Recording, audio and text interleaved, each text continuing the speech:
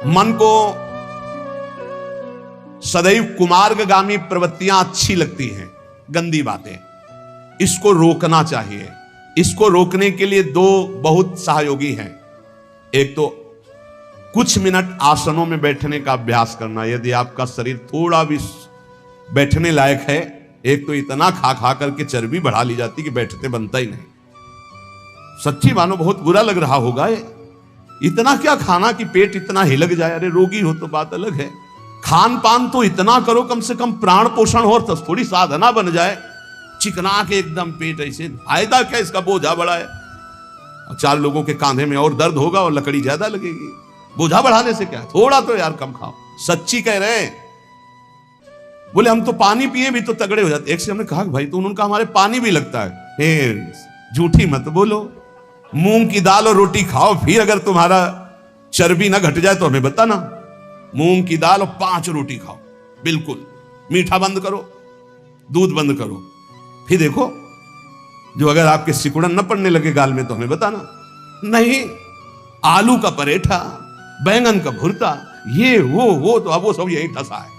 व्यायाम कोई है नहीं। देखो, मन को यदि वश में करना है तो इसको प्राणों का संयमन करना और ब्रह्मचर्य 2 जरूरी है। मन, प्राण, ब्रह्मचर्य तीनों का एक तार कनेक्शन है। ब्रह्मचर्य पुष्ट करने के लिए आसन, प्राणों को सूक्ष्म करने के लिए आहार शुद्ध और प्राणायाम, और वीर्य को ऊर्ध्वगामी करने के लिए सिद्धासन और पद्मासन का लगाना अनिवार्य है। देखो, हमने अपने गुरुजनों को देखा एकांत छत में पद्मासन लगा करके, आसन में बैठ करके थोड़ी देर प्राणायाम और फिर थोड़ी देर व्यायाम करते देखा है। गुप्त रूप से छत में ऊपर जाकर एकांत, सब संतों को देखा करते। आप सबसे प्रार्थना है, आप जरूर कीजिए। 20 मिनट अगर आप प्राणायाम करेंगे तो आप खुद देख लेंगे। जब समय आपको मिले, ऐसा नहीं कि बाल भोग करके प्राणायाम, ऐसा मत करना। प्राणायाम खाली पेट और 30 मिनट तक जल मत पीना, नहीं प्राणवायु बिगड़ जाएगी शरीर में। वो जो आपके मोड़ हैं, जोड़ हैं, उनमें आपको कष्ट हो जाएगा पक्का। प्राणायाम करने के बाद 30 मिनट तक एक कुल्ला भी पानी नहीं जाना चाहिए, ये नियम रखना, नहीं इसमें चूक हो जाएगी। जे ही गई तो वायु बिगड़ना शुरू हो जाएगी। प्राणायाम के लिए हमने आपको 2-3 प्राणायाम बताए, बिल्कुल सरल बताए। भैया, मन को एकाग्र करने के लिए प्राणायाम अत्यंत, ये किसी संप्रदाय का नहीं है प्राणायाम। बोले हमारे संप्रदाय में प्राणायाम नहीं, तुम्हारे संप्रदाय में भोजन है, सोच है ना जाना। तो संप्रदाय में मन को और शरीर को कंट्रोल में, शासन में लाना भी आवश्यक है। 20 मिनट आप रखो, आसन में बैठो पहले आराम से, सिद्धासन या पद्मासन, और जो गृहस्थी में है तो सुखासन में बैठ लो। सुखासन से अलती पलती मार के सीधा करो शरीर, कुछ मत पकड़ो नाक। हम सीधा प्राणायाम आपको बताइए, अनुभव की बात कह रहे हैं। खींचा, नाम लेते हुए खींचा, खूब भर लिया वायु, बंद कर लिया। अब नाम जप करो, फिर नाक से छोड़ दी। ये आंतरिक कुंभक बहुत बड़ा सहयोगी है भजन में, आप देख लीजिएगा, साय मच जाती मंत्राकार वृत्ति। ये आंतरिक कुंभक, इन्हीं के बलों से प्रकृति का वारसा है। सीधे बैठे, कुछ पकड़ने धरने की बात नहीं कह रहे। आराम से भरा, बंद कर, जितने सेकंड आप रोक सको आराम से, फिर बिना कुछ पकड़े धरे ऐसे ही छोड़ दिया, फिर खींचा। 10 बार कम से कम आप देखना इस प्राणायाम। ये हुआ आंतरिक कुंभक। एक बाह्य कुंभक। अब बाह्य कुंभक जो आप पहले वाले में भर रहे थे, अब निकालना है। पर रोक लिया, नाम जप कर रहे हैं, जितना रोका, एकदम खींचा फिर छोड़ दिया, बस छोड़ के फिर रोक दिया। इसे बाह्य कुंभक कहते हैं। आंतरिक कुंभक, बाह्य कुंभक, बिल्कुल सरल प्राणायाम। 10 बार ये और 10 बार वो, और एक 10 बार ये। इससे पकड़ा, खींचा, बिना रोके छोड़ दिया, फिर खींचा, फिर इससे छोड़ दिया। ये हम अनुलोम विलोम की प्रक्रिया से नहीं कह रहे, ये हम बिल्कुल मन एकाग्र करने के लिए कह रहे हैं। अगर ये 4 बार आप कर ले, 10-10 बार लंबा खींच के ऐसे, फिर आप देखो आपके दिमाग में क्या होता है। यही आपकी गुदगुदी प्रारंभ हो जाएगी आज्ञा चक्र में, और नाम और मंत्र अपने आप जपने में आपको सहयोग मिलने लगेगा। क्या जाता है, कोई पैसा लगता है? आपके कितने ऐसे अंग हैं आंतरिक जो संचलित नहीं हो पा रहे हैं, वही रोग पैदा करते हैं। और 10 मिनट आप दंड बैठक मान लीजिए। आपके पास ट्रेडमिल नहीं तो 2 किलोमीटर दौड़ लीजिए, फिर देखिए आपकी दिनचर्या कैसी बनती है। ये जरूर प्राणायाम ब्रह्मचर्य और मन तीनों का एक कनेक्शन है। प्राणायाम के द्वारा प्राणवायु का संशोधन, तो मन थोड़ा शांत, ब्रह्मचर्य ठीक, तो आपका परमार्थ बनेगा। कह रहे मनोवाक कर्म दंडम च सत्यम सम दमावपी। मन को दंड दीजिए प्राणायाम के द्वारा, मन को दंड, मन पवित्र होता है। मौन के द्वारा वाणी को दंड दीजिए, मत बोलने दीजिए, बोलिए तो प्रभु की चर्चा सत्य हितकर बोलिए, नहीं तो मौन रहिए। और वासनाहीनता के द्वारा विविध प्रकार के कर्मों को त्याग दीजिए, वासना जनित कर्मों को। तो ये शारीरिक दंड होगा, मनोदंड, वाक दंड और कर्म दंड।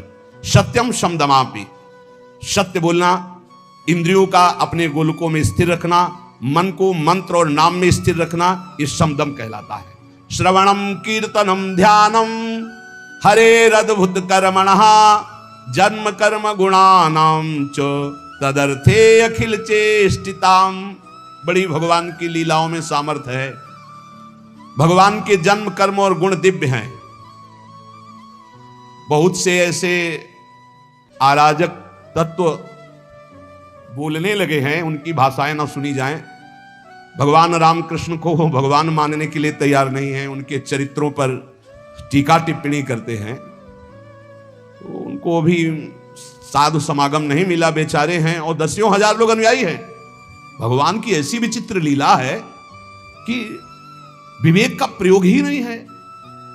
भगवान के पावन चरित्रों पर, भगवान की लीलाओं पर, भगवान के अवतार पर, भगवान पर कलयुग का प्रभाव बढ़ रहा है, अश्रद्धा पैदा की जा रही है। अरे तुम राम राम तो कहो, भी देखो तुम्हें कैसा लगता है, ठीक से भजन तो करो, तुम्हें अपने आप समझ में आएगा। दशरथ पुत्र नहीं, वो चराचर जगत में रमा हुआ, तुम उसको जानते क्या हो? वो सब, वो दशरथ पुत्र भी है, वो जगत में जड़ चैतन्य भी है, सब कुछ वही है, वो निराकार भी है, वो साकार भी है। अभी तुम जानते क्या हो राम तत्व को या कृष्ण तत्व को? नहीं जानते हो।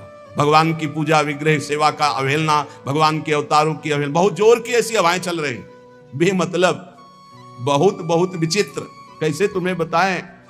भगवान की अवहेलना, भगवान नाम की अवहेलना, भगवत धाम की अवहेलना, और सब कैसा नौटंकी नाटक, अपने सनातन पद्धतियों का त्याग करके इधर उधर के बवाल में। अरे भगवान, बुद्धि बचाओ, ये कलयुग का बड़ा तांडव चल रहा है, बड़ा तांडव चल रहा है। श्रवणम कीर्तनम ध्यानम हरेरद्भुत कर्मणः। जैसे कोई कहता है ना कि भगवत आवेश आता है, हम उसका खंडन नहीं करते, क्योंकि भगवान की हर आफिस है, कभी भी आ सकते, किसी के हृदय में भी आवेश करें। अरे भक्तों के हृदय में आवेश नहीं होता, कभी नरसिंह आवेश, कभी अमुक आवेश, तो देवी का भी आवेश आता, हम तो चरण वंदना करते, लेकिन ऐसा आवेश नहीं आता भगवान कि उनको फोन का होश रहे।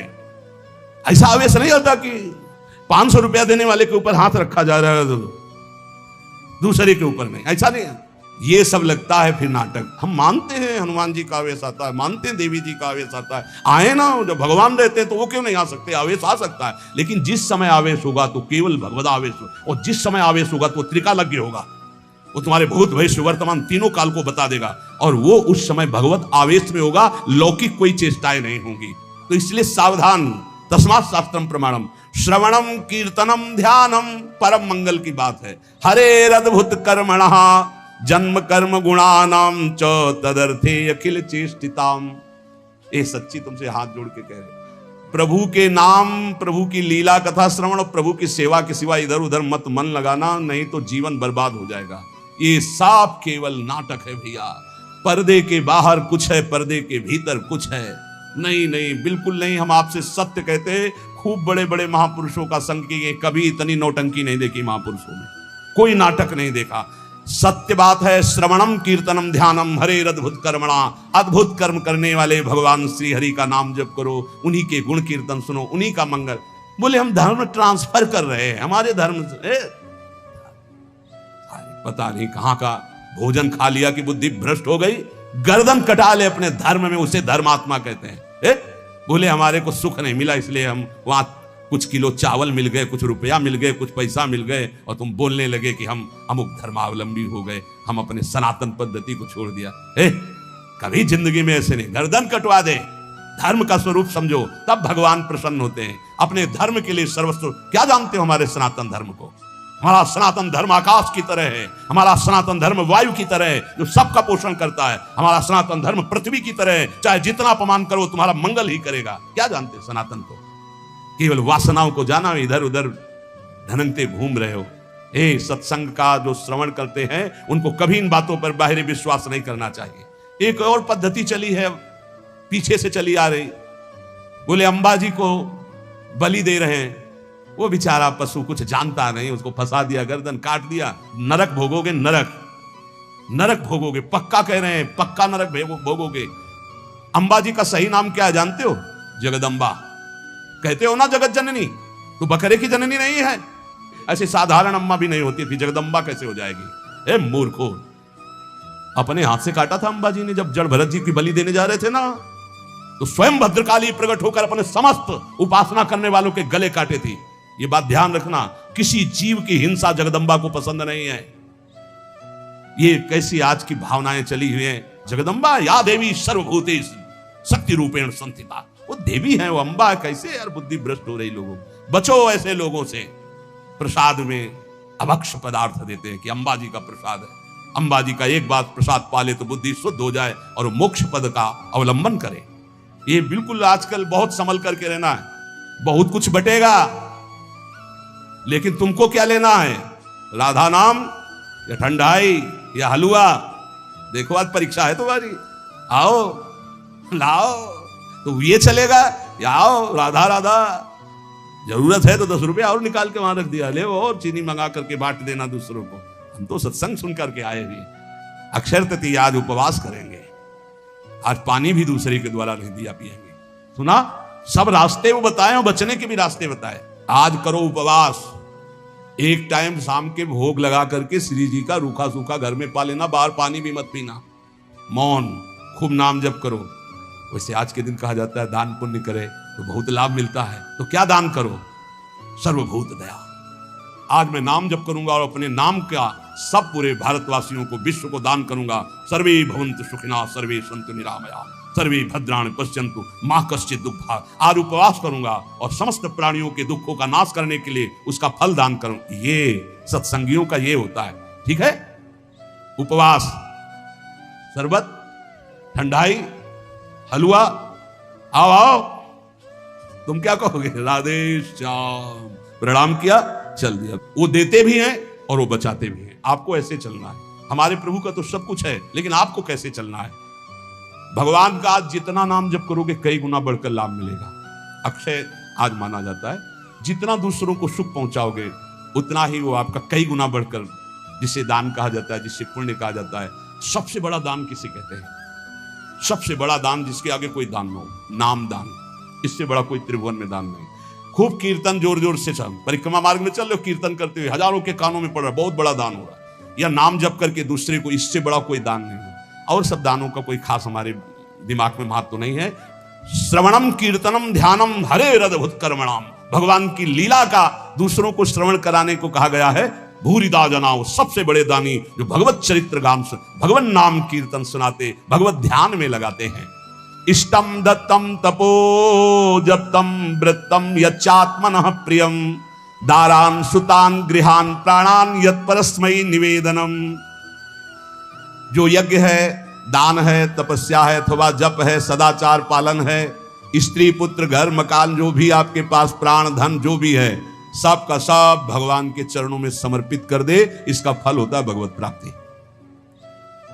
यज्ञ, दान, तप अथवा जप, सदाचार पालन, स्त्री पुत्र घर, अपना जीवन प्राण सब कुछ भगवान के चरणों में समर्पित कर दे। इसका मतलब क्या होता है?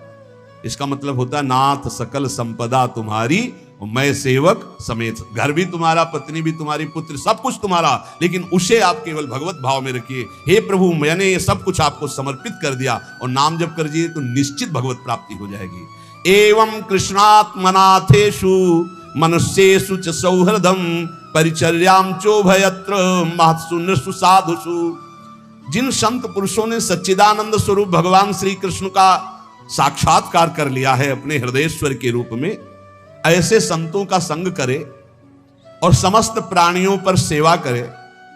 समस्त प्राणियों में विशेषकर मनुष्यों की, मनुष्यों में विशेषकर परोपकारी सज्जनों की, और सज्जनों में भी भगवत प्रेमी महात्माओं की यदि सेवा मिल जाए तो निश्चित भगवत प्राप्ति हो जाए।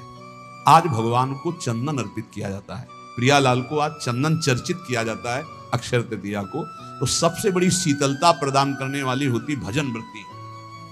हमारी तो आंतरिक बात यही कि खूब आज भजन करो, उसका दान करो, तो उसका कई गुना फल कर आपको लाभ मिलेगा। पूरे विश्व को दान करो, जितना आज भजन करो उसके बाद कहो हे प्रभु पूरे विश्व स्वरूप में आप हो, आपको ये भजन देते हैं, सबका मंगल हो, सब निरोग हो, सब सुखी हो। वो जाएगा और कई गुना बढ़ करके पूरे विश्व का सुकृत लेके आपके पास आएगा। इसलिए भगवत प्राप्ति होती है उन संतों को जो अपने लिए भजन न करके जगत के लिए भजन करते हैं। पर इसके लिए हिम्मत चाहिए। बोले सुबह से उपवास के भजन हम कर रहे हैं, हम पूरे संसार को भजन दे दें। तो जब आप पूरे संसार को देंगे तो पूरे संसार का सुकृत आपके पास लौट करके आएगा, तो आप बहुत बड़े सुकृतवान, बहुत बड़े कृपा पात्र हो जाएंगे। परस्परानुकथनम पावनम भगवद्यशः मिथोरतिर्मियस्तुष्टिर्निवृत्तिर्मिथ आत्मनः। जब कभी वार्ता करो तो बैठकर प्रभु की चर्चा ही करो। परस्परानुकथनम पावनम भगवद्यशः, भगवत यश के बीच में हमारी जबान रहे। इधर उधर अनुकूलता प्रतिकूलता वाली बातें नहीं होनी चाहिए। जब परस्पर चर्चा हो, आज तो विशेष सावधान रहना, किसी की निंदा मत कर देना, नहीं अक्षय हो जाएगी, उसका बहुत बड़ा पाप लगेगा। आज मौन रहना, खूब नाम जप करना, दूसरे का पानी भी मत पीना, अपनी मेहनत से जो एक बार उसको उदर में डाल लेना, खूब भजन करना। ये अवसर आते हैं।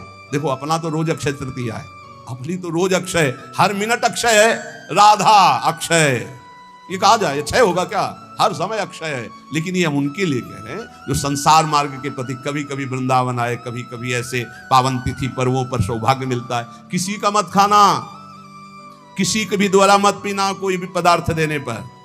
बिहारी जी के मंदिर में, राधा वल्लभ जी के मंदिर में जो मिले वो किनका ले लेना, और परिक्रमा लगाओ वृंदावन की, गिरिराज जी की लगाओ जितनी तुम में सामर्थ हो। यमुना किनारे बैठकर नाम जप करो, वाणी जी का गायन करो, दूसरों की सेवा करो, मौन हो जाओ, एकांत, अपराध न बनने पाए। यही उठाते हैं जीवन को, यही लौकिक पौरलौकिक सब सिद्धियां संपत्तियां प्राप्त कराते हैं। इसलिए परस्पर अगर कोई बात भी करो तो भगवत चर्चा करो। जो भगवत चर्चा करने में संतुष्ट रहता है उसे भागवती कृपा से अनुपम शांति प्राप्त होती है। बोले शांति कैसे मिलेगी? भगवत चर्चा करो, शांति मिल जाएगी। स्मरंता स्मारयंतश्च मिथौघौघहरं हरिं भक्त्या संजातया भक्त्या विभत्युत्पुल काम तनु। जो खुद भगवान का स्मरण करता है और दूसरों को स्मरण कराता है। अपने लोगों की तो पद्धति पहले ही बोले राधे राधे राधे राधे राधा राधा, तो हम जब बात करें तो पहले नाम उच्चारण। स्मरंता स्मारयंतश्च, स्वयं स्मरण करें और दूसरों को स्मरण करावें तो प्रभु रास रास पापों का नाश कर देते हैं। ये पाप तो दुख देते। इस प्रकार साधन भक्ति का अनुष्ठान करते करते शरीर पुलकित हो जाता है, पवित्र। तो क्वचिद रुदत्यंत्युत चिंतया क्वचित दशंति नंदंति वदंत लौकिकाः नृत्यंति गायन्ति अनुशीलयन्त्यजं भवन्ति तूष्णीं परमेत्य निर्वृताः। जो दूसरों को भी भगवत स्मरण कराता है, खुद भगवत स्मरण करता है। अब एक ने कटाक्ष किया इस बात पर कि आप एक जगह बोलते हैं अपने भक्ति को छिपा के रखे, एक जगह कहते हैं दूसरों को भी नाम स्मरण कराइए, खुद स्मरण कीजिए। तो आपकी इन दोनों बातों का मिलान नहीं बनता, तो इसका मतलब क्या है? देखो तुम्हारी बहुत छोटी बुद्धि है, उससे तो तुम पकड़ नहीं पाते। अपनी महिमा प्रभुता छुपा के रखो, भगवान की महिमा प्रभुता को गाओ। छिपाने की बात क्या कहेगी? आपका जो भागवतिक संबंध है उसमें जो आपको अनुभव हो रहा है कृपा का, जो दुलार का, जो आपकी साधनात्मक उन्नति का, उसे छुपा लो। लेकिन भगवान की महिमा स्वयं गाओ, दूसरों को गाओ, भगवान नाम स्वयं जपो, दूसरों को जपाओ। ये अज्ञान के कारण तारतम्य को नहीं बैठा पाते। अच्छा है पूछ लो जिससे तुम्हारा संशय चला जाए। रोका जाता है कि अपनी भक्ति को छिपा के रखो। क्या भक्ति का स्वरूप? जो आपको दिव्य अनुभव हो रहे हैं उनको मत बोलो।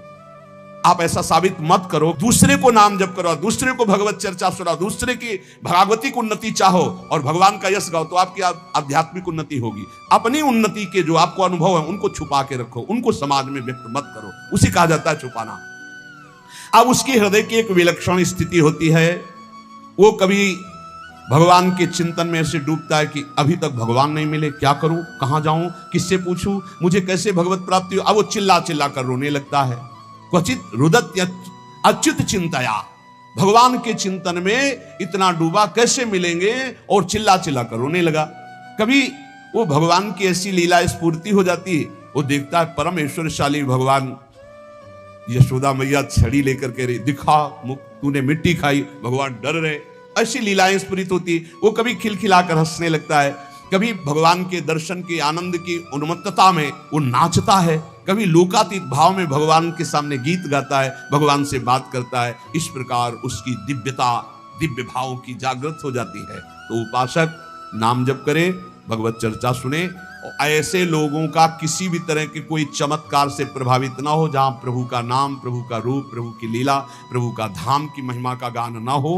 बिल्कुल बच के रहो। कलयुग की आंधी चल रही, सच्ची मानिए, नाम जप से ही ब्रह्मबोध होता है, नाम जप से ही भगवत प्रेम होता है। नाम जैसा कोई महान धन नहीं, नाम जैसा कोई मित्र नहीं, नाम जैसा कोई तीर्थ नहीं, नाम जैसा कोई अंगरक्षक नहीं, नाम जैसा कोई अंग रक्षक नहीं। नाम पहारू दिवस निसी, ध्यान तुम्हार कपाट। रात दिन नाम जप कर रहे तो नाम कब पहरा कोई बाल बांका नहीं कर सकता। खूब नाम जप करो, बचाओ, ऐसे पर्वों में अपने को बचाओ, दूसरों के दान पुण्य से बचो।